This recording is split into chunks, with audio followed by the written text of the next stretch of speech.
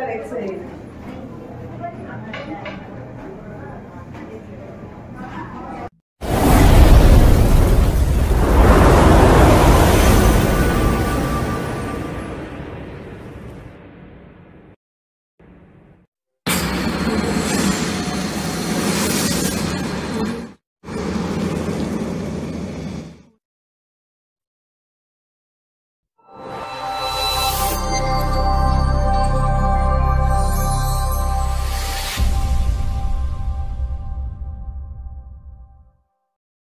सागरादोय करा विघ्नादिदोषारा सवंदे जडदेवतारुणिवरा भूताकृताईधरा दातारा करुणांतरा वरमते द्यावे विभुगुर्जरा अनाथाचा अनाथा सगुण गुणवंता सुखकरा ऋषी वंशाधीशा दुरिततमणा शारीरकरा महाराजा श्रीदत्ता शरण तुझया लोवधुता शरण तुझया लोवधुता. श्री गोपाल कृष्ण महाराज की जय. आपण सर्वजण आज कैवल्यवासी गंगा भागीश्री इंदुबाई शिवाजी निकम यांच्या पंचक्रियेच्या निमित्ताने एकत्रित झालेलो आहोत. शोकाकुल असलेला हा संपूर्ण परिवार, ज्यामध्ये आईंचे दीप श्रीमान दादाजी मालजी निकम, श्रीमान डॉक्टर विश्राम मालजी निकम, श्रीमान दीपक शंकर निकम आणि जयवंत शिवाजी निकम, आईंची मुलं श्रीमान शिवाजी निकम मुलं, अनिल शिवाजी निकम, धर्मेंद्र शिवाजी निकम आणि मुलीमध्ये सौभाग्यवती कमल दौलतराव सूर्यवंशी आणि सौभाग्यवती मंगल दिनकर पगार असा निकम सूर्यवंशी आणि पगार सोनवणे परिवार आज खऱ्या अर्थानं ज्या दुःखाच्या झळा या ठिकाणी सोसतो आहे. कारण आई हे परमेश्वराने खऱ्या अर्थानं स्वतः येऊ शकत नाही, म्हणून आईची निर्मिती करून प्रत्येक जीवात्म्याकरता खऱ्या अर्थानं प्रत्येकाला एक आई या भूतलावरती या सृष्टीवरती निर्माण करून दिलेली आहे. ज्या भगवद्गीतेच्या सिद्धांताप्रमाणे आपण या जीवस्वरूपाचं लक्षण जर शोधू गेलो तर भगवंत गोपाल कृष्ण महाराज भगवद्गीतेमध्ये अर्जुनाला सांगतात, जातस्य ध्रुवमृत्युम ध्रुवम जन्म मृतस्य च तस्माद परिध्यार्थे नत्वं सोचितुमर्हसि. कारण इथं जन्म आणि मृत्यू हे राडगाडगं सतत चालणार आहे. आपण या मृत्यूलोकामध्ये आहोत. इथं जन्म जसा निश्चित आहे तसा मृत्यू निश्चित आहे. फक्त जन्माची सूचना या माणसाला 9 महिने आधी मिळत असते, पण मृत्यूची सूचना आधी 1 मिनिट आधी सुद्धा मिळत नाही, 1 सेकंद आधी सुद्धा मिळत नाही. आणि म्हणून अनिश्चित असलेला हा मृत्यू, पण इथं प्रत्येकाला मृत्यूला सामोरं जायचं आहे. कारण जिथं जीवन आहे त्या जीवनाचा कुठेतरी शेवट आहे. आणि म्हणून असा असलेला हा मृत्यूलोक, या मृत्यूलोकामध्ये प्रत्येकाला ही शेवटची घटका मोजावी लागणार आहे. पण जन्माचा एक क्षण आणि मृत्यूचा एक क्षण यामध्ये जगल्या जातो, त्याला जीवन असं म्हणतो. आणि म्हणून या जीवनामध्ये करत असताना जो धर्म आहे त्या धर्माने त्या जीवनाला खऱ्या अर्थाने पूर्णत्व देता येणार. आणि म्हणून आईचे आपण सर्व आप्तेष्ट आहात, स्वकीय आहात. आपण आईंना अगदी जवळून अनुभवलेला. आईंनी या जीवनामध्ये जो धर्म घेतलेला होता त्या धर्मानेच खऱ्या अर्थानं आईचा उद्धार झालेला आहे.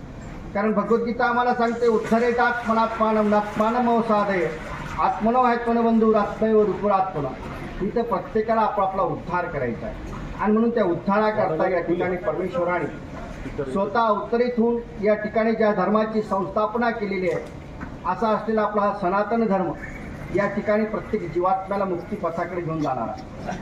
आणि म्हणून या दोन्ही गोष्टीची विवंचना ज्या श्रीमद भगवद्गीतेमध्ये द्वारकाधीश भगवान गोपाल कृष्ण महाराज आपल्याला सांगत होते की जीव कसा आहे, आत्मा कसा आहे याची मीमांसा सांगत असताना ते सांख्ययोगाच्या दुसऱ्या अध्यायामध्ये आपल्याला खऱ्या अर्थाने या जीवाचं स्वरूप, आत्म्याचं स्वरूप अगदी थोड्या शब्दात समजून सांगितलेलं आहे की हा जीव कसा आहे. नैनम छिन्नंती शस्त्राणी नैनम दहती पावक न चैनम क्लेव्यंत्या पण न शोषे ती मारुत. की तो जीव खऱ्या अर्थानं कुठल्या शस्त्राने, कुठल्या आघाताने मारल्या जात नाही. तो अजरामर असा जीवात्मा आहे.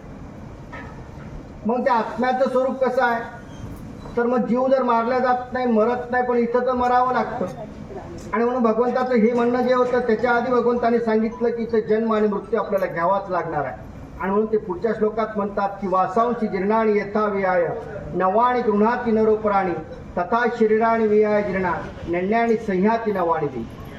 ज्याप्रमाणे आपण वस्त्र बदलतो त्याप्रमाणे या जीवात्म्याला या खुडी बदलाव्या लागत असतात.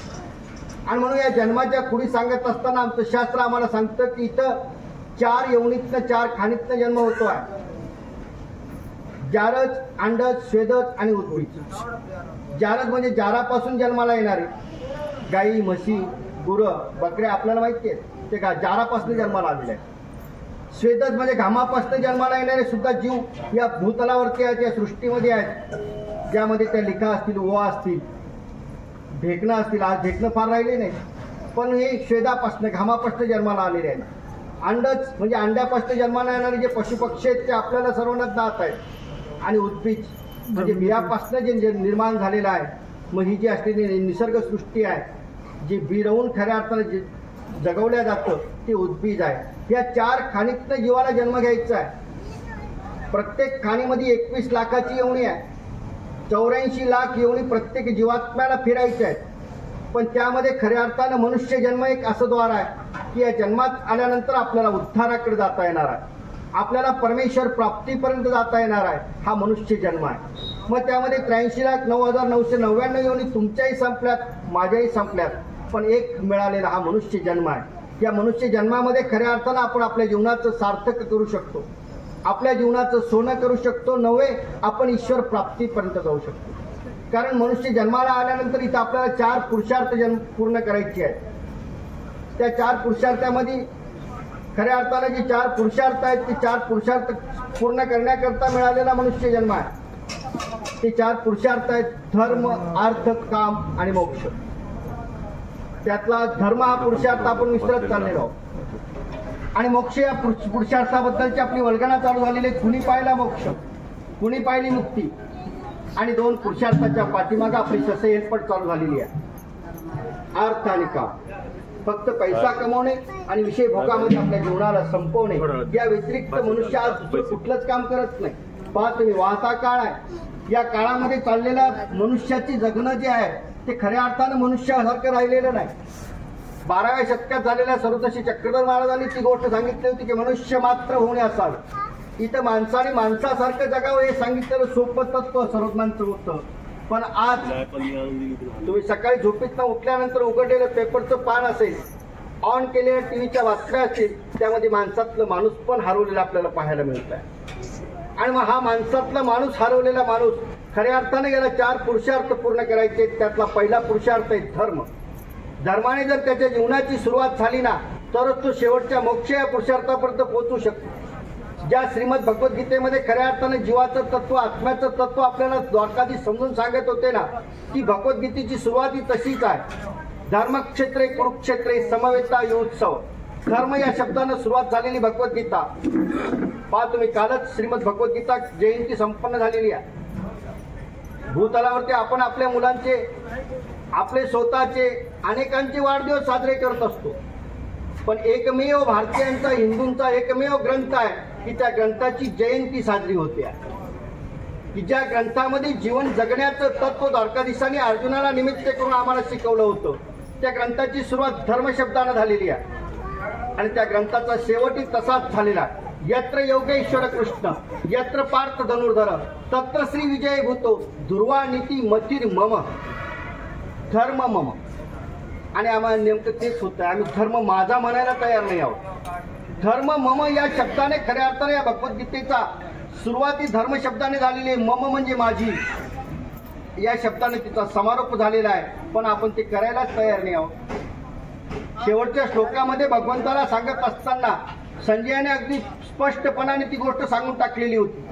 यत्र योगेश्वर कृष्ण यत्र पार्थ धनुर्धर तत्र श्री विजय भूतो ध्रुवा नीती मतीर मम. जिथं श्रीकृष्ण भगवंत आहेत, जिथं धर्म आहे, तिथं विजय हा निश्चित आहे.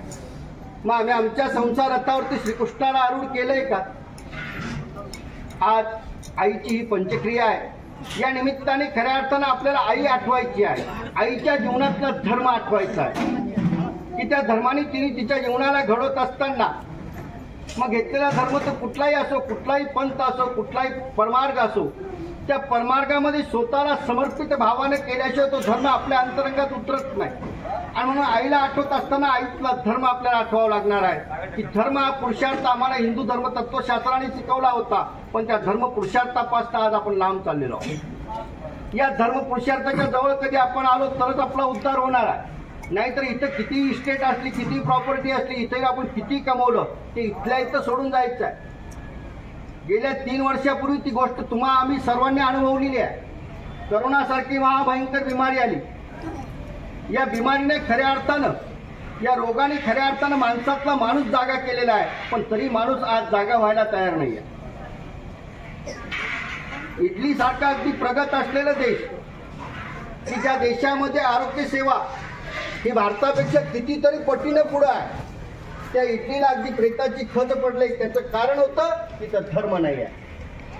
आणि भारतामध्ये ती संख्या कितीतरी पटीनं कमी होती, पण तरी सुद्धा भयावह परिस्थिती भारतात निर्माण झालेली होती. पण तरी इथं धर्म आहे. इथं खऱ्या अर्थानं आपण ज्या युगामध्ये जगतो, ज्या देशामध्ये जगतो, तो महाराष्ट्र देश ही संतांची भूमी आहे. इथं आलेल्या प्रत्येक संतांनी तो धर्मविचार प्रत्येकापर्यंत पोहोचवलेला आहे. त्यामुळे आमच्यामध्ये असलेला तो जो धर्म होता, आमच्यामध्ये असलेला खऱ्या अर्थानं देवभक्तीचा जो भाव होता, त्यामुळे आमच्यातली इम्युनिटी वाढवण्याकरता आम्हाला कुठल्याही पर्यायांची गरज पडली नाही, कारण आमच्यात तो धर्म होता. आमच्यामध्ये ती खऱ्या अर्थानं परमेश्वर आम्हाला या गोष्टीच्या सामोरं जाऊच देणार नाही, ही शाश्वती होती, हा विश्वास होता. म्हणून त्या करोनासारख्या महाभयंकर बिमारीमध्ये सुद्धा आपण तरल्या गेलेलो आहोत. नाहीतर आज माणूस जगायला तयार नाही आहे. तो मरणाच्या अगदी जवळ जातो आहे. कारण इथं जीव जन्माला आल्यानंतर त्याला 3 गोष्टींनी खऱ्या अर्थानं ग्रासलेला आहे: अधमती, अधगती आणि अधोगती. चांगल्या गोष्टीकडे तो कधीच आकर्षित होत नाही. अध म्हणजे नीच प्रकारची, मती म्हणजे बुद्धी. अध म्हणजे नीच प्रकारची, रती म्हणजे रमणरूपता. अध म्हणजे नीच प्रकारची, गती म्हणजे चाल. 5. तंबाखू खाणं आम्हाला शिकवावं लागत नाही, बिड्या पेणं आम्हाला शिकवावं लागत नाही, वाईट व्यसनं आम्हाला शिकावं लागत नाही. तिथं माणसाची ओढ असते, पण चांगल्या गोष्टी शिकवाव्या लागतात. याच्यातला धर्म संपत चाललेला आहे. आणि म्हणून आईच्या निमित्ताने आज तुम्हाला दुःख होणार आहे. आई करता तर प्रत्येक जण दुःखी आहे ना हो. आई विना स्वामी तिन्ही जगाचा, तोही भिकारी सांगितलेला आहे. त्याला सुद्धा आईच्या मायेची ममतेची ओढ लागलेली होती. तोही भिकारी झालेला आहे आईच्या ममते करता. आणि आई प्रत्येकाला हवी हवीशी आहे. पण ज्या आईनं आम्हाला ज्या प्रेमानं, ज्या संस्काराने वाढवलं, ती स्वतः ज्या धर्मानं खऱ्या अर्थानं ज्या उद्धाराकडे गेली, तो संस्कार, तो धर्म आम्हाला आज आठवावा लागणार आहे. तिच्याबद्दलचं दुःख प्रत्येकाला होणार आहे, कारण मोह हा प्रत्येकाच्या जीवनात आहे, माया ही प्रत्येकाच्या सोबत आहे. पण आज ती माया, ममता आपल्याला सोडून खऱ्या अर्थानं त्या आईच्या दृष्टीकडे आपल्याला पाहावं लागणार आहे. पाहतो हा होणारी ही पंचक्रिया, होणारा हा दशक्रियाविधी तुम्हाला थोडासा वेगळा वाटत असेल. आज इथं तुम्हाला पिंडदान दिसत नसेल, इथं होणाऱ्या या गोष्टी तुम्हाला दिसत नसतील. ही कुठेतरी नदी तीरावरती असावं, कुठेतरी ब्राह्मण असावा, पिंडदानाची क्रिया घडाव्यात असं तुम्हाला वाटत असेल. पण मानवाव तत्वज्ञान खऱ्या अर्थानं त्या देवता भक्तीला पूर्णतः विरोध करते असं म्हणल्यास काहीच हरकत नाही. कारण ही जी पितृभक्ती आहे ही आपल्याला पितृदेवतेकडे नेणार आहे. इथं मानवाव तत्वज्ञानाने तुम्हाला तुमचं ध्येय निश्चित करून दिलेलं आहे. तुम्हाला परमेश्वर प्राप्ती जर करायची आहे तर तुम्हाला पितृदेवतेकडे जायचं काम नाही, तुम्हाला भूताकडे जायचं काम नाही. भगवद्गीतेच्या 8व्या अध्यायामध्ये भगवंतांनी त्या श्लोकामध्ये ती स्पष्ट अगदी अर्जुनाला संकेत देऊन टाकला होता. यांती देव होता देवा, पितृ यांती पितृ होता, भूतानी यांती भूतेज्या, यांती मध्याची लोक. तुम्ही भूताची भक्ती कराल तर भूताला पावन व्हाल, तुम्ही पितृदेवतेची भक्ती कराल तर पितृदेवतेला पावन व्हाल. आणि म्हणून तुम्हाला या पितृदेवतेकडे, या भूताकडे जायचं नाही, तर तुम्हाला जायचंय कुठे? श्रीकृष्ण भगवंताच्या चरणाकडे जायचं. ज्या भगवंताने अगदी भारत भूतलावरती झालेला हा एकमेव अवतार असा आहे की ज्या भगवंताने आपल्या स्वतःच्या छातीला हात लावून सांगितलं, मामेकम शरणव्रत, तू फक्त मला एकट्याला शरण आहे, तुला मुक्तिपथाला नेण्याची जबाबदारी माझी आहे, हा सांगणारा एकमेव अवतार आहे. आणि मग जर इथं या मानवा तत्वज्ञानाचा उपदेश घेत असताना, हा पंथ स्वीकारत असताना, या देवाला शरण जात असताना खऱ्या अर्थानं उपदेशाच्या वेळेला या येणाऱ्या मुमुक्षाकडनं एक संकल्प सोडून घेतला जातो. हे परमेश्वरा, तन मन धन तुला अर्पण. जर त्यांनी तन अर्पण करून टाकलं म्हणजे पिंड अर्पण करून टाकलेलं आहे. मग त्यांनी स्वतःच्या हाताने संकल्पित होऊन जर पिंड अर्पण केला असेल तर आज पिंडादी क्रिया करण्याची गरजच नाही. जिवंतपणे जर हे तन त्या परमेश्वराला अर्पण करून टाकलेलं आहे आणि म्हणून त्या पिंडादी क्रिया तुम्हाला या ठिकाणी दिसत नाही. कारण पिंडदान करायचं तुम्ही कुणाचं पाहतो. आपण आपल्या आईचं पिंडदान करण्याचा अधिकारी जरी आपण असलो तरी सुद्धा या ठिकाणी स्वतः आईने जर आपलं तन त्या परमेश्वर चरणी अर्पण करून टाकलेलं आहे आणि म्हणून तिचं पिंडदानाची क्रिया आपल्याला या ठिकाणी करायची नाही. खऱ्या अर्थानं या तुम्हाला आता ही जी शोकाकुल आहे, आईची मुलं असतील, नातवंड असतील, या सर्वांनी डोकं काढलेलं तुम्हाला दिसत आहे. हे देताना सुद्धा अगदी सावध भूमिकेत आम्ही ते डोकं काढत असतो. आमची शैली तशीच ठेवत असतो. ही केस देण्यामागची परंपरा आहे. कारण हा जो दुखवटा आहे, हा दुखवटा यांच्यावरती आहे, कारण यांची आई केलेली आहे आणि म्हणून ती केस देण्याची परंपरा आमच्या हिंदू तत्वज्ञानामध्ये आहे. आणि म्हणून यातनं आपल्याला तो दुखवटा, आपल्याला ती आई महिनाभरापर्यंत, 4 महिन्यापर्यंत, 6 महिन्यापर्यंत सतत आठवत राहणार आहे. त्या आईचे संस्कार आठवत राहणार आहे. खऱ्या अर्थानं हिंदू तत्वानं दिलेली ही जी केस देण्याची जी परंपरा आहे, ती जास्त मी माझं समर्पण माझ्या आईने मला वाढवून, खऱ्या अर्थानं जे आजपर्यंत वाढवलं असेल, ज्या संस्काराने वाढवलं असेल, ज्या कष्टाने वाढवलं असेल, त्या कर्तव्य निमित्त आणि कर्तव्य म्हणून ते केश आपल्याला त्या आईच्या समर्पित, त्या वडिलांच्या समर्पित करायचे असतात. आणि म्हणून पिंडदानाची क्रिया या ठिकाणी तुम्हाला दिसत नाही. कारण भगवंतांनी ती गोष्ट सांगितलेली आहे, तू जर मला शरण आलास तर तुला मुक्तीकडे नेण्याची जबाबदारी माझी आहे. म्हणून पिंडदानाची क्रिया करून तुम्ही पितृदेवतेची भक्ती करूच नका. कारण सर्वोत्तम चक्रधर महाराजांनी सांगितलं, 10 दिवसात विषयी तिचे ते पावे. जीवात्मा मेल्यानंतर 80 प्रहराच्या आतमध्ये तुम्ही ज्याही क्रिया करणार आहे त्या पावन होणार. 10 दिवसाच्या नंतर केलेल्या क्रिया त्या खऱ्या अर्थाने ईश्वरापर्यंतच नाही पण त्या जीवात्म्यालाही पावन होत नाही. 5 आपण दसवा किती दिवसाचा करतो? 10 दिवसाचा. त्याच्यानंतर फार फार तर खूपच आपला जीव असेल आपल्या माथ्यावर, आपल्या पितेवरती, तर आपल्याला ती सतत आठवत राहते. पण 12व 13व एकदा झाल्यानंतर आपण परत त्या आईची आठवण येत नाही, त्या वडिलाची आठवण येत नाही. आपण आपल्या प्रपंचामध्ये मूलभूत होतो. खऱ्या अर्थानं हा विसर तर जीवात्म्याला देवाने दिलेला आहे ना.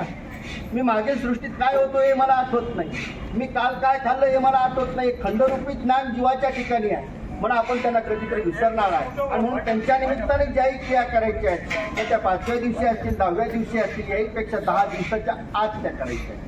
मग त्या करायच्या कुठल्या? तर अन्नदानाची क्रिया करायच्या. कारण अन्नदानानं मनुष्य देहाचा लाभ मिळत असतो. आज तुम्हा मला भेटलेलं जे मनुष्य देह आहे हे अन्नदानामुळे भेटलेलं आहे. अन्नदानासारखा महायज्ञ इथं कुठलाच नाही आहे. आणि म्हणून ते अन्नदान आपल्याला करायचं आहे. आणि त्या अन्नदान या 10 दिवसाच्या आतमध्ये ईश्वर का ज्ञानी आहे. जर कोणी ज्ञानी पुरुषांनी ईश्वराने जर त्या जीवात्म्याच्या प्रित्यार्थ अन्नदान स्वीकारलं तरच खऱ्या अर्थानं त्या जीवाला मुक्तीकडे जाता येणार. कारण या 10 दिवसाच्या मध्ये मेलेला जो जीवात्मा आहे त्याला तत्वज्ञान आमचं सांगतं की त्याला त्या ठिकाणी प्रतिदेय मिळत असतं. प्रतिदेय म्हणजे काय? खऱ्या अर्थानं तिथं मिळालेलं जे ते देवता देह आहे त्याला प्रतिदेय असं म्हणतात. त्या देहाची निर्मिती शास्त्र आम्हाला शिकवतं की त्याचं पोट अगदी घागरेसारखं पोट आहे मोठं. आपण जर कुठे मठमंदिरात गेला असेल तर आपण ते चित्र अनुभवलं असेल, पाहिलं असेल. पंढरपूरला जरी तुम्ही गेलात तरी सुद्धा त्या ठिकाणी तुम्हाला ते वैकुंठाचं दर्शन मिळत असतं. आणि म्हणून तिथं त्याला ते मोठं असं घागरीसारखं पोट आहे, सुईसारखी मान आहे, सागर पिऊन जावं एवढी त्याला ताण आहे, गाडीवर अन्न खाऊन जावं एवढी त्याला भूक आहे. परंतु त्या देवता त्याला त्या अन्नाच्या जवळ जाऊ देत नाही, पाण्याच्या जवळ जाऊ देत नाही. या नरकी यातनेमध्ये तो जीवात्मा सतत सरफडत असतो. आणि फक्त त्याला आणल्या कुठं जातं तर घरापर्यंत. ही जी आपली ममता आहे, आपलं जे दुःख आहे, आपण जे रडणं आहे, या रडण्याकडे त्याला दाखवलं जातं ही तुझी ममता आहे, तू हे निर्माण करून ठेवलेलं आहे. हे दुःख त्याला त्या ठिकाणी दिलं जातं. या दुःखातनं त्याची मुक्तता झाली पाहिजे. हे प्रतिदेय नावाचं जे दुःख आहे ना हे प्रत्येक जीवात्म्याला आहे. शास्त्र तत्व आम्हाला शिकवतं की 8 वर्ष विकल्पाचा संचार, 8 वर्षाचा असताना त्या ठिकाणी विकल्पाचा संचार होत असतो. आणि या विकल्पामुळे त्याला प्रतिदेय निर्माण होत असतं. विकल्प म्हणजे कुठला? हे चांगलं आहे, हे सुगंधी आहे, ही दुर्गंधी आहे, हा माझा आहे, हा परका आहे, हा केलेला जो विचारू विकल्प आहे, हा विकल्प प्रक्रियाची निर्मिती करतो. आणि या प्रतिक्रियातनं जर सुटायचं असेल तर या 10 दिवसामध्ये अन्नदानाची क्रिया आपल्याला करायची आहे. आणि म्हणून 10व्यापर्यंत केलेलं जे अन्नदान असेल ते खऱ्या अर्थानं त्या जीवात्म्याला पावन होतात. त्या 10व्याची कथा तर 10 दिवसानंतरची कथा तर आपल्याला तुम्ही गरुड पुराणामध्ये पाहायला मिळते. पूर्वी परंपरा होती आमच्यात, कोणी सल्ल्यानंतर गरुड पुराण लावलं जायचं. आणि त्या गरुड पुराण लावल्यानंतर त्या गरुड पुराणात खऱ्या अर्थानं विष्णू लोकामध्ये वैकुंठाच्या पुढचा जो प्रदेश आहे त्या ठिकाणी जीवात्म्याची स्थिती काय आहे या स्थितीचं वर्णन गरुड पुराणामध्ये येते. मानव तत्वज्ञानाचं चित्र असं नाही, ते गरुड पुराणात सुद्धा येतं. विष्णूचं वाहन असलेला जो गरुड आहे त्या गरुडाने स्वतः ते आख्यान या ठिकाणी सांगितलेलं आहे. आणि त्या गरुड पुराणामध्ये खऱ्या अर्थाने या कथा येतात की पुढे ती वैतरणी नावाची नदी आपल्याला पार करायची आहे. पहा तुम्ही 10व्याच्या दिवशी आपण ब्राह्मणाला दान करतो ना, अगदी चपलापासून छत्रीपासून सर्व गोष्टी तिथं दान केल्या जातात. ते करण्यामागचं कारण काय? कारण माझ्या बापाला, माझ्या आईला तिथे पुढे स्वर्ग लोकांकडे जात असताना कुठलाही त्रास होऊ नये. वैतरणी नदी पार करत असताना जे काट्याकुट्ट्याचा रस्ता असेल तो रस्ता पार करण्याकरता त्यांना तिथे काटेही टोचू नये. कारण ते मिळालेलं जे यातना जे आहे तर त्रास होणारच आहे. कुंभी पाकी घालती वरी चांग झाकण ठेवी, अगदी कुंभासारख्या मोठ्या राजनामध्ये त्या जीवात्म्याला घातलं जातं त्यांनी केलेल्या कर्मानुसार. आणि या सर्व कर्मातून जर सुटायचं असेल तर प्रभू नामाचा गजर त्याच्या मुखामध्ये असणं गरजेचं आहे. ज्याच्या मुखामध्ये प्रभू नामाचा गजर असेल, अगदी आमच्या त्या पुराणामध्ये ती कथा येऊन जाते. अगदी नुसता तुमच्या कपाळावरती असलेला टिळक जरी असला ना तरी सुद्धा विष्णू लोकांमध्ये त्याला सहजगत्या घेऊन गेलेले आहेत. आणि म्हणून त्या स्वर्गाची सुद्धा अपेक्षा आम्हाला नाही आहे. त्या स्वर्गाच्या पुढं असलेलं जे परमेश्वराचं धाम आहे ना, ज्या धामाला खऱ्या अर्थाने भगवंताने भगवद्गीतेत सांगितलं होतं की माझं धाम कसं आहे, अब्रह्मा भुवना लोका पुनरावृत्ती न अर्जुन मामुपेत्ते तू कोणतेही पुनर्जन्म नव्हे. त्या अर्जुना तू जर माझी भक्ती केलीस, तू जर मला शरण आलास तर तुला मी कुठं नेणार आहे? अब्रह्मा भुवना लोका पुनरावृत्ती न अर्जुन मामुपेत्ते तू कोणतेही पुनर्जन्म नव्हे. आपण आशा करत असतो की माझी आई पुन्हा जन्माला यावी, माझे वडील पुन्हा जन्माला यावे. पण इथं तर भगवंत सांगतात तू जर मला शरण आलास, खऱ्या अर्थानं जर माझा झालास तर तुला पुनर्जन्म सुद्धा होणार नाही आहे. तुला या भवचक्रात सुटावं लागणार आहे. आपण पुन्हा पुन्हा त्याच भवचक्रात सुटतोय. ज्या भवचक्राबद्दल सांगताना शंकराचार्यांनी सांगितलं होतं पुनरुपी जननम पुनरुपी मरणम पुनरुपी जननी शयने कोठरम भज गोविंदम मूढ मते भज गोविंदम. पहा तुम्ही, हा जन्म मरणाला येण्याचं राडगाडग सतत चालणार आहे. पण यातनं आपल्याला मुक्तीकडे जायचं आहे, मुक्तीपथाकडे जायचं आहे. पहा तुम्ही, आपण पुन्हा जन्माला येण्याची अपेक्षा करतोय, पण शंकराचार्य आपल्याला सांगत होते की पुनरुपी जननम जननी कोठरम. पहा तुम्ही, जन्माला येण्याचं दुःख किती भयानक आहे. 9 महिन्याच्या आईच्या गर्भावस्थेमध्ये त्या काळ कोठडीमध्ये तो जीवात्मा उलटा टांगलेला आहे. थोडीशी कल्पना करून पण दुःख किती भयानक आहे. परत जन्माला यायचं म्हणजे त्या आईचाही पुनर्जन्म होणार आहे. ज्या आईच्या उदरात आम्हाला जन्माला यायचं आहे त्या आईच्या गर्भावस्थेमध्ये होणारं त्या जीवात्म्याला दुःख किती आहे. आणि मग तो जीवात्मा त्या दुःखाला कंटाळून अगदी परमेश्वराच्या विनवण्या करतो. आणि 9 महिने 9 दिवस पूर्ण झाल्यानंतर ज्यावेळेस त्याचा जन्म होतो त्यावेळेस तो त्या गर्भावस्थेमध्ये देवाला अनेक वचनं देऊन टाकत असतो. पण बाहेर आल्यानंतर तो रडायला लागतो. आणि त्या रडण्यातून तो सांगत असतो मी केव्हा म्हटलो. अगदी त्याच ठिकाणी तो देवाला सुद्धा खोटं ठरवतो आणि तो जन्माला येतो आणि इथं असलेल्या या सुखभोगामध्ये आपलं जीवन संपून टाकतो. आणि परत एकदा नवीन कर्माची लेप लावून तो परत पुन्हा दुसऱ्या जन्माला जातो. या जन्ममरणाच्या फेऱ्यातलं चुकणं म्हणजे खऱ्या अर्थानं आपला धर्म आचरण आहे. त्याला जीवन असं म्हटलं जातं. आणि म्हणून त्या जीवनाला इतिहो आईने दिलेला. कारण इथं जोही जन्माला आला त्याने शेवटच्या क्षणी अगदी शेवटच्या वेळेला जरी त्या ईश्वराचं नाम घेतलं ना तरी सुद्धा त्याला कलेवरातनं मुक्त करण्याची जबाबदारी द्वारकाधीशाने घेतलेली आहे. 8व्या अध्यायामध्ये सांगताना त्यांनी सांगितलं की अंतकाळेच जे मामेवा स्मरणमुक्त कलेवरम. तू अंतकाळी जरी माझं नाव घेतलं असतं तरी तुला मी या कलेवरातनं काढणार आहे. पण अंतकाळी नाव येतं कुठं? आम्ही तर अगदी जन्माला आल्यापासून मरेपर्यंत फक्त हाय आणि हाय करत आलेलो. त्यामुळे शेवटच्या क्षणी आपल्याला नाव येणार नाही.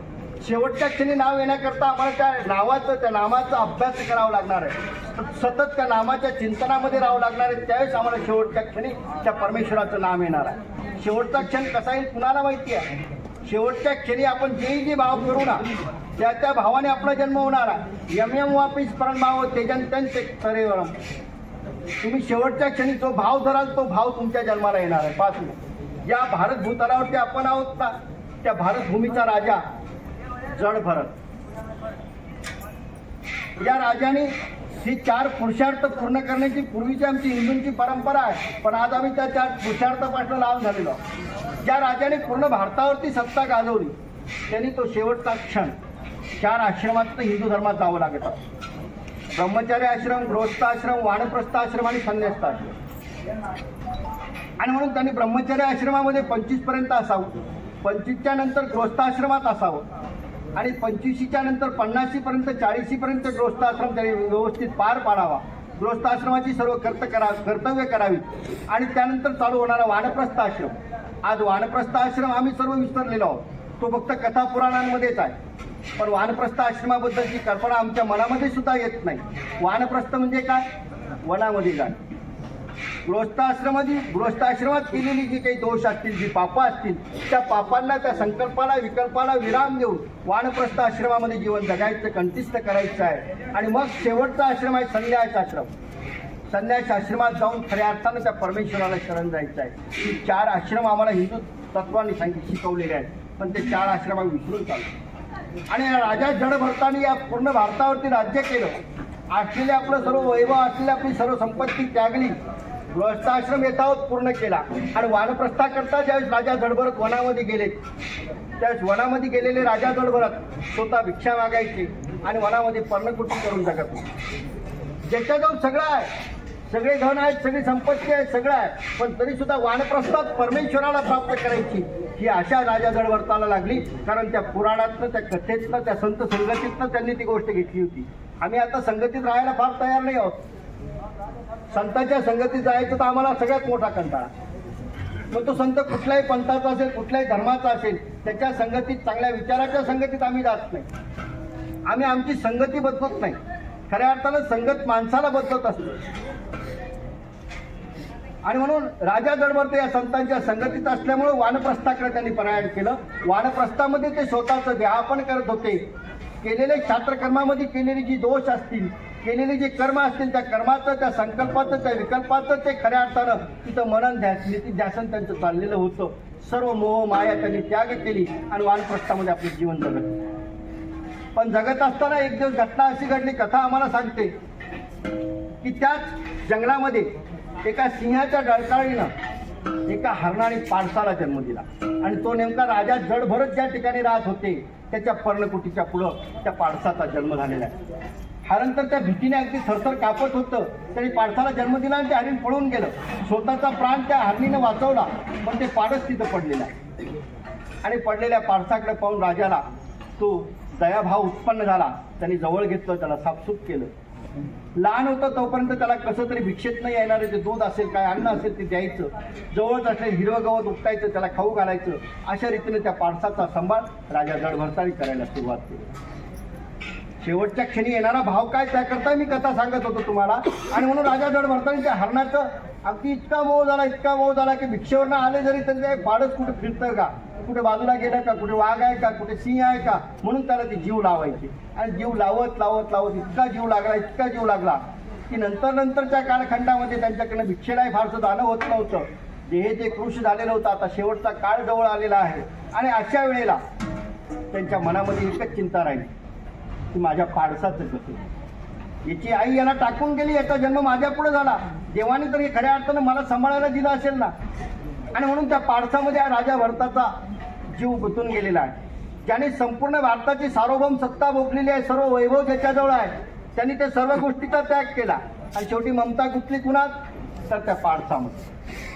आणि शेवटच्या क्षणी त्या पाडसात ममता गुंतल्यामुळं कथा सांगते की राजा जडभरताचा जन्म हरणाच्या वंशात झालेला. आणि भगवद्गीता तेच सांगत होती की यम्यम वापी स्मरण भाव तेजंत्यंत कलेवरम तम तमेव तिथं भाव सदा भावित भाव. तुम्ही जो शेवटचा भाव भावणार आहात ना, त्या भावाने तुमचा जन्म होणार आहे. आणि म्हणून शेवटच्या क्षणी आमच्या मुखामध्ये परमेश्वराचं नाम असतं. जर परमेश्वराचं नाम असेल तरच आम्ही या कलेवरातनं या दुःखातनं मुक्त होणार आहे आणि आज त्या परमेश्वर प्राप्तीपर्यंत आपण जाऊन पोहोचणार आहे. पण त्या परमेश्वर प्राप्तीकडे जाण्याची आशा आमची सुटत चाललेली आहे.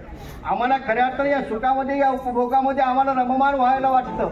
आम्हाला वाटतं हे सर्व आमच्याकरताच आहे. पण हे दिलेले जरी असेल ना हे आपण आपल्या कर्मभोगाने जोडून आणलेलं आहे. पण या सर्व कर्मभोगातनं या कर्माच्या लेपातनं आपल्याला सुटायचं आहे. आणि या लेपातनं आपण जोपर्यंत सुटणार नाही तोपर्यंत आपण पुनर्जन्म आपला टळणार नाही. आपल्याला पुनर्जन्माची आशा आहे. आईने आईच्या जीवनामध्ये घेतलेला जो धर्म होता ना त्या धर्माने अगदी आमचं मानव तत्वज्ञान सांगतं की एकीचा 5 नाम्या जरी वाया गेला तरी तो मॅच झाला. कारण त्या नामाचं नामस्मरण आई सतत करायची. माझं इकडे देवळ्याकडे फार येणार नसायचं. पण मी सूर्यवंशी कुटुंबाच्या अगदी पहिल्यापासून संपर्कात आहे, जवळ आहे. आणि म्हणून तिथं माझी आईची नेहमी भेट होत राहील. तिच्या हातातली ती स्वर्णिका पाहिली तरी सुद्धा मनाला आनंद व्हायचा की नाही खऱ्या अर्थानं देवधर्म या लोकांजवळच आहे. अगदी आई आता सरण्याच्या 2 महिने आधीच मी नाशिकला ज्यावेळेस गेलो त्यावेळेस आईची आणि माझी भेट झाली. आणि त्या भेटीत तर फक्त तो देव मला भेटावा ही अपेक्षा आईची. ममता हा विषय तर होताच. मग त्या मुली असतील नातवंड असतील यामध्ये ममता राहणारच आहे. ती ममता कमी होत नाही. पण तरी सुद्धा त्या देवाची अपेक्षा खऱ्या अर्थाने ज्या लोकांच्या जीवनामध्ये आहे त्याला देव प्राप्त झाल्याशिवाय राहत नाही. आणि म्हणून हा विधी कसा होतो काय होतो याही पेक्षा खऱ्या अर्थामध्ये ज्याच्या जीवनामध्ये धर्म आहे त्याचं जीवन नित्यार्थ झाल्याशिवाय राहत नाही. कारण त्याने आपल्या रथावरती त्या श्रीकृष्णाला आरूढ केलेला आहे. आम्ही आमच्या रथावरती श्रीकृष्णाला जर कधी आरूढ केलं ना तर आमचा रथ कधीच भरकटू शकत नाही. अर्जुनाने अर्जुनाच्या रथावरती भगवान गोपाल कृष्णांना आरूढ केलेलं होतं म्हणून अर्जुनाचा रथ विजयाच्या दिशेने गेला. संपूर्ण पांडवांचं प्रत्येक संकटामध्ये आमच्या भगवान गोपाल कृष्णांनी संरक्षण केलं. अगदी सांगत असताना पुढे पुढे असं सांगितलं गेलं की भगवान गोपाल कृष्णांनी काय केलं म्हटलं बा एवढं मोठं नरसंहार झाला तरी श्रीकृष्ण भगवंत तिथं होते. मग त्यांनी हे सगळं का थांबवलं नाही. थांबवण्याचा प्रयत्न केला होता. पण जे अधर्मानं ग्रसित आहेत त्यांना तो धर्म कधीच कळणार नाही. कारण त्यांच्यात धर्म आलेलाच नाही. भगवंताला भक्त अपेक्षित आहे. कसा भक्त अपेक्षित आहे 12व्या अध्यायामध्ये त्या भक्ताची व्याख्या भगवंत करतात. संतुष्ट सततम योगी यतात्मा दृढ निश्चय मय्यर्पित मनोबुद्धी यो मे भक्त समेत. की जो भक्त सतत संतुष्ट आहे. पहा तुम्ही आपण आपला विचार करून पाहू थोडंसं आत्मपरीक्षण. आपण संतुष्ट आहोत कुठेच नाही. ही माडी बांधल्यानंतर ती माडी बांधली पाहिजे, गाडी घेतली पाहिजे, मुलीचं लग्न झालं पाहिजे, मुलाचं लग्न झालं पाहिजे, तो यथायोग्य संतुष्ट झाला पाहिजे. याहीपेक्षा आपण त्या संतुष्टीमध्ये कुठेच नाही आहोत. आणि भगवंताला तर संतुष्ट असलेला भक्त अपेक्षित आहे. सततम योगी सतत त्याचं चिंतन करणारा भक्त त्याला आवडतो. यथात्मा दृढ निश्चय माझ्याकडे येण्याचा त्याचा निश्चय दृढ असला पाहिजे. आपला भगवंताकडे जाण्याचा निश्चय दृढ आहे का? नक्कीच नाही. जर निश्चय दृढ असता तर आपण भगवंताच्या प्राप्तीपर्यंत पोहोचलो असतो. आणि अर्जुनाचा तो निश्चय दृढ होता जे करशील तू कर. माझं जीवन तुला समर्पित आहे. माझ्या जीवनामध्ये येणारं संकट असेल दुःख असेल ते सर्व तुला समर्पित आहे. भगवंताला आपण दुःख मागत नाही आपण सुख मागत आहोत. अगदी भगवंताच्या मंदिरात गेलं ना की हात जोडल्यानंतर आपली लिस्ट असते तयार. ती लिस्ट पूर्णतः आपण भगवंताकडे मांडून टाकत आहोत. मग तो दानपेटीत टाकलेला 1 रुपया असेल 5 रुपये असतील त्या 5 रुपयामध्ये आपण सगळ्या सुखांची लिस्ट भगवंताला देऊन टाकत असतो. पण ही भक्त होती की यांनी कधी सुख मागितलं नाही, यांनी दुःख मागितलेलं आहे. कुंती अवसांची कथा आम्हाला भागवतामध्ये पाहायला मिळते. ज्यावेळेस ही संपूर्ण युद्ध संपलं आणि युद्ध संपल्यानंतर ज्यावेळेस भगवंत द्वारकेच्या दिशेने निघाले त्यावेळेस कुंती अवसांना भेटण्याकरता गेली. कुंती ही भगवंताची आत्या लागेल आणि सांगितलं आता येतो मी आता. त्यावेळेस कुंतीने मागितलं काय असेल? भगवंता तू चाललास.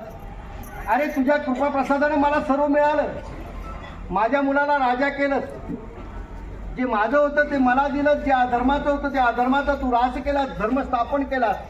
आणि आता संकटामध्ये तू आमच्या सोबत आहे. अगदी आम्ही वनवासात होतो तरी सुद्धा प्रत्येक ठिकाणी तू सहाय्य करायला यायचा. पण आता सुखाचं लोढं माझ्या पायाजवळ घातलं आणि आता तू चाललास. मला हे सुख नको आहे. मला द्यायचं असेल तर दुःख दे, मला द्यायचं असेल तर संकट दे. कारण दुःखामध्ये तू माझ्यासोबत राहणार आहे, संकटामध्ये तू माझ्यासोबत राहणार आहे. तू असशील ते दुःखही मला दुःख वाटत नाही, तू असशील तर ते संकटही मला संकट वाटत नाही. ही दुःखाची मागणी कोणती अवसा करताना दिसते. आणि आम्ही नेमकं उलटं करतो. मंदिरात गेल्यानंतर आम्ही सुख मागत असतो. भगवंताजवळ सुख मागून खऱ्या अर्थानं सुख मिळणार नाही आहे. सुख आपल्या वागण्यातून, आपल्या कर्मातून, आपल्या कर्तव्यातून आपलं निर्माण करता येणार आहे. सुख तर कसं आहे, सुखाबद्दल सांगताना आमचे राष्ट्रसंत तुकाराम बाबा सांगतात, सुख हे जेव्हा जवा येऊ. अगदी जवासारखं आहे ते. ती क्षणिक आहे, कधीतरी संपणार आहे, त्याचा नाश होणार आहे. पण भगवंताचं चरणकमळ असं आहे की त्याचा कधी नाश होणार नाही. कल्पांती जर आम्ही ते चरण मिळवण्याचा प्रयत्न केला, तो भगवंत मिळवण्याचा प्रयत्न केला, तरी सुद्धा खऱ्या अर्थानं आमच्या या जन्माचं सार्थक होणार आहे. कारण हा मनुष्य जन्म आहे, हा दुर्लभ आहे, हा भल्याभल्यांना भेटत नाही आहे. आम्ही कुठेतरी पूर्वजन्मात सत्कर्म केले असतील, सत्पुण्य केला असेल म्हणून आम्हाला हा मनुष्य जन्म भेटला. आणि मग मनुष्य जन्म भेटल्यानंतर आम्हाला 84 लाख योनीच्या नंतर भेटलेला हा मनुष्य जन्म त्या 84 लाख योनीला संपवण्याकरता खऱ्या अर्थानं उपयोगी लावायचा आहे. इथं तर कर्मवशी सगळं भेटणार आहे हो. इथं तुम्ही जन्माला आलात की तुम्हाला तुमची नोकरी भेटेल, तुम्हाला धनी भेटेल, तुम्हाला संपत्ती भेटेल, सर्व वारसा हक्काने भेटणार आहे किंवा परमेश्वर कृपेने भेटणार आहे. पण इथं भेटणार नाही, तो फक्त धर्म आहे. आणि तो धर्म आपल्याला शोधता आला की ज्या धर्मामध्ये माझ्या पूर्वजांचा उद्धार झाला, माझ्या असलेल्या जे पूर्वज असतील, माझ्या असलेले जे आजे पंजे असतील, त्यांनी खऱ्या अर्थाने स्वतःचा उद्धार करून घेतला, ते स्वर्गप्राप्तीपर्यंत तरी पोहोचले. पण मानवा तत्वज्ञानात स्वर्गाचं फळ सुद्धा अपेक्षित नाही आहे. कारण माऊली सांगतात, तया इंद्रपणाची उटी उतरे, सवेची येऊ लागती माघारे.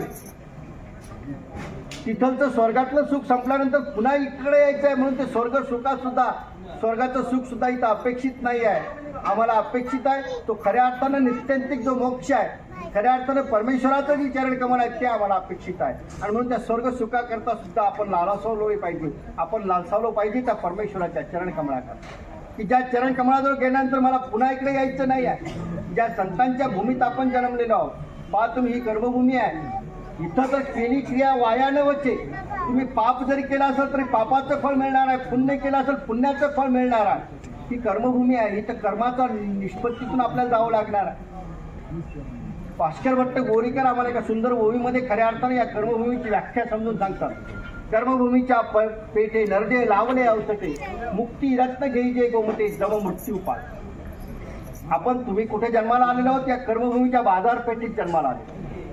इथं आल्यानंतर आपल्याला घ्यायचं काय आहे, तर मुक्तीचं रत्न घ्यायचं आहे. बाजारात गेल्यानंतर प्रत्येक गोष्टी भेटतात ना, सोनंही भेटतं, बेगडी भेटते, अगदी नाश पावणाऱ्या वस्तूही भेटतात, खेळणेही भेटतात.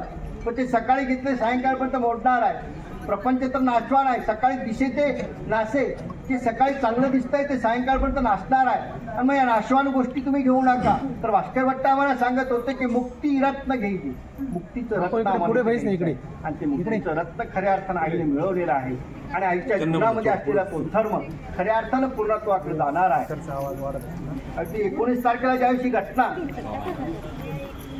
आमच्या दादाच्या फोनवरनं मला कळाली, आईचा नातू असलेला आमचा रोशनी ज्यावेळेस फोन केला, बाबा आजी गेली. आणि त्यावेळेस मनाला वाईट वाटलं, पण खूप लांब होतो, शेवटच्या अंत्यविधीला इथं पोहोचू शकत नव्हतो, कारण मी नागपूरच्या परिसरामध्ये होतो आणि त्या माझं इथं पोहोचणं झालं नाही. आणि म्हणून त्या आईच्या जाण्यानं जसं सूर्यवंशी कुटुंबाला दुःख झालेलं आहे, निकम कुटुंबाला दुःख झालेलं आहे, पगार सोनवणे कुटुंबाला दुःख झालेलं आहे. कारण त्या आईची ममता या कुटुंबांना मिळालेली होती. परंतु खऱ्या अर्थानं तिच्यातला धर्म पाहत असताना, मी जेव्हा केव्हा तिला भेटलो असेल, तिच्यातला तो धर्म पाहत असताना मनामध्ये एक वेगळी आशा असायची की आईच्या जीवनामध्ये तो धर्म आहे आणि या धर्मानेच खऱ्या अर्थानं तिचा शेवट झाला. हा मृत्यू कुणाला आहे, सहजासहजी मिळत नाही. आज अगदी 11 वाजता ती आपल्या मुलींसोबत बोलते आहे, मला तुझ्याकडे यायचं आहे असं म्हणणारी आई, आणि 2:30 वाजता ती ईश्वरापर्यंत जाऊन पोहोचते आहे. हा सहजासहजी घडलेला पाना फुलाला पडलेली जी गाठ आहे, तसा मृत्यू आहे. तो प्रत्येकाला अपेक्षित आहे. सहज परमेश्वराने मला याच्यातनं काढलं पाहिजे, हे प्रत्येकाला अपेक्षित आहे. इथं मृत्यूच्या यातना अगदी मृत्यू करता विनवण्या करणारी लोक आम्ही पाहिलेली आहेत किंवा अनुभवतो आहोत.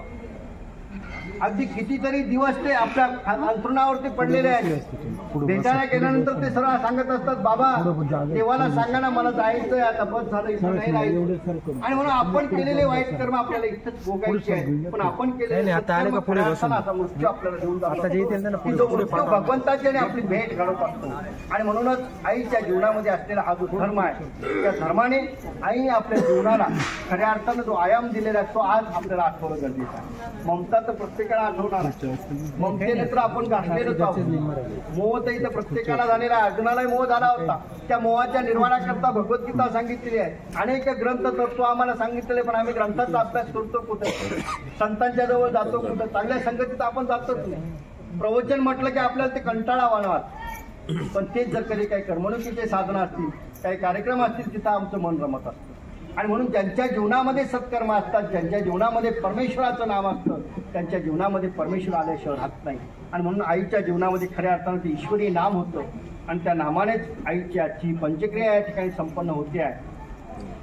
आता पंचक्रिया तुम्ही म्हणाल, पंचक्रिया अनेक ठिकाणी होतात, दशक्रिया अनेक ठिकाणी होतात, पण पंचक्रियाच का, तर 10 दिवसाभितरी की जे ते पाळू. आणि म्हणून 10 दिवसाच्या आत पंचक्रिया जरी केली असेल तरी सुद्धा ती पावन होते आहे. प्रत्येक धर्मपंथाच्या वेगवेगळ्या रूढी परंपरा आहेत. त्यानुसार अंतविधीच्या सुद्धा अनेक रूढी आहेत. 4 प्रकारातनं हिंदू धर्मामध्ये आपल्याला डाग दिले जात असतात. 5 भूमी डाग आहे, वन डाग आहे, जल डाग आहे आणि अग्नी डाग.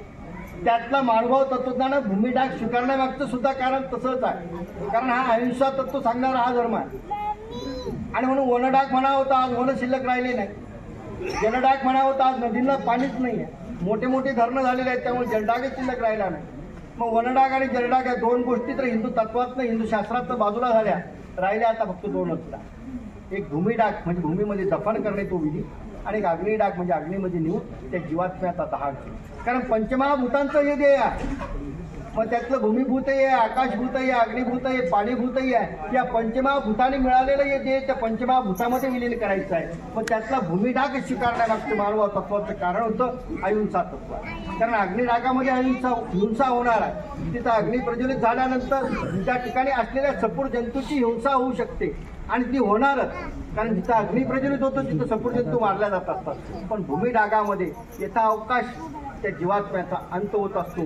त्याच्या जीवावरती जगणाऱ्या ज्या परजीवी आहेत, ज्या पेशी आहेत, याला अगदी विज्ञानाचे पुरावे आहेत. त्या परजीवी एक कितीतरी वर्ष तशाच असतात. पाहतो गोसावी समाजाचा अंत्यविधी तुम्ही बघितला असेल नसेल, पण एका वर्षाकाठी त्या गोसावी समाजाचा जो अंत्यविधी ज्या ठिकाणी केला जातो त्यावेळेस त्यांना काढल्या जातं बाहेर त्या संन्याशात. कारण त्यांना तिथे मांडी घालून खुंटवलेलं असतं. त्याची दाढेही वाढतात, नखही वाढतात, केसही वाढतात. म्हणजे परजीवी पिशी या जीवावरती, या जीवात्म्यावरती, या देहावरती 1 वर्षापर्यंत जगू शकतात. माणूस मेल्यानंतर 3 तासाच्या आत त्याचे अवयव काढणारी डॉक्टर मंडळी आमची आहे. अवयवदानाची प्रक्रिया आमच्याच भारतभूवरती चालू आहे. म्हणून 3 तासाच्या आत जर त्याचे अवयव काम करू शकतात, त्याचा डोळा काम करू शकतो, तर वर्षापर्यंत त्या परजीवी जिवंत राहू शकतात. म्हणून त्याला मिठामध्ये यथाअवकाश या भूमितत्वामध्ये विलीन करायची, त्याला भूमिडाग असं म्हटलं जातं. ते भूमिडाग मानव तत्व त्याने स्वीकारलेला आहे. आणि म्हणून खऱ्या अर्थानं मानव तत्व आणि हिंदू धर्म वेगळा आहे असं नाही आहे. सर्व आहे ते एकच आहे. फक्त प्रत्येकाचा चोखाळण्याचा मार्ग वेगळा. नाशिकला आपण प्रत्येकजण जाऊ शकतो, पण नाशिकला जाण्याचे वेगवेगळे रस्ते आहेत. मग त्यातला जो जवळचा रस्ता असेल, तर जो ईश्वर मार्गाने जाणारा धोपट रस्ता असेल, तो स्वीकारणारा एक पंथ, एक मार्ग, तो म्हणजे मानव तत्व आहे. आणि खऱ्या अर्थानं या दोन्ही तत्वाने, वारकरी संप्रदाय असेल, मानव पंथ असेल, या दोन्ही संप्रदायाने या महाराष्ट्र भूतलावरती या भक्ती संप्रदायाला खऱ्या अर्थाने एकत्रित केलेलं आहे, माणसाला एकत्रित केलेलं आहे. आणि तो माणसातला धर्म जागृत व्हावा हेच आजच्या या पंचक्रियेच्या निमित्ताने मी या ठिकाणी सांगू इच्छितो. झालेलं हे जे दुःख आहे, या दुःखाला परमेश्वराने सहन करण्याची ताकद या संपूर्ण परिवाराला द्यावी. आजीच्या जाण्यानं, आईच्या जाण्यानं दुःखात असलेला हा संपूर्ण शोकाकुल परिवार असलेले तुम्ही सर्व आप्तेष्ट आजच्या दिवशी आईला 2 अश्रूंनी ढाळून खऱ्या अर्थानं श्रद्धांजली वाहून जाणारच आहात. पण त्याहीपेक्षा आईच्या जीवनामध्ये असलेला धर्म तुम्ही सर्वांनी घ्यावा ही तुम्हाकडनं अपेक्षा करतो. साधनदाता श्री चक्रधर महाराज आईंना आपलं कैवल्य पद प्रदान करू ही साधनदात्या ठिकाणी विनम्र अशी प्रार्थना करतो. या ठिकाणी मी छोटीशी प्रार्थना म्हणेल. प्रार्थनेनंतर आपण सर्वांनी उठून या ठिकाणी पुष्पांजली अर्पण करायची आहे. त्यानंतर भगवंताच्या ठिकाणी नैवेद्य म्हणजे उपहार अर्पण होईल, आरती होईल, आणि मग हा 10व्याचा कार्यक्रम या ठिकाणी संपला जाणार आहे. त्यानंतर भोजन केल्याशिवाय आपण कोणी जाऊ नका हे या सर्व शोकाकुल परिवाराच्या वतीने आपल्याला विनंती करतो. आणि या ठिकाणी आईची झालेली ही पंचक्रिया साधनदात्याने स्वीकारात घेऊन खऱ्या अर्थानं आईला आपलं कैवल्यपद द्यावं ही पुनश्च एकदा विनंती करतो. आणि या ठिकाणी केशव आश्रमाचे संचालक संस्थापक गुरुवर्य आदरणीय आचार्य प्रवर श्री अर्लीकर बाबाजी गुरुवर्यांच्या वतीनं, त्याचप्रमाणे माझे ज्येष्ठ बंधू भागवताचार्य आदरणीय आचार्य प्रवर श्री शिर्डे बाबाजी निफाड बाबांच्या वतीनं आईंना भावपूर्ण अशी आदरांजली समर्पित करून मी माझ्या विचारांना या ठिकाणी विराम देतो. आपण सर्वांनी शांततेने येऊन या ठिकाणी आईच्या फोटो पुढे फुलं ठेवलेली आहेत, पुष्पांजली अर्पण करायची आहे. आईच्या जीवनातला धर्म तुमच्या जीवनात उतरावा ही अपेक्षा करून या ठिकाणी माझी विचार संपतो. श्रीकृष्णाय यदुवंशदीपकवरा विज्ञानलीलाकरा श्रीदत्ता ऋषिवंशात्रिकुमरा श्रीचक्रपाणिपरा श्रीमद्वारावती चरा प्रभुपरा निरलेपजीवोद्धरा श्रीमश्चक्रधरा कृपा गुणवरा सर्वावतारणमु सर्वावतारणमु. श्री गोपाल कृष्ण महाराज की जय. श्री दत्तात्रेय महाराज की जय. श्री चक्रपाणी महाराज की जय. श्री गोविंद प्रभु महाराज की जय. सर्वत्र श्री चक्रधर स्वामी की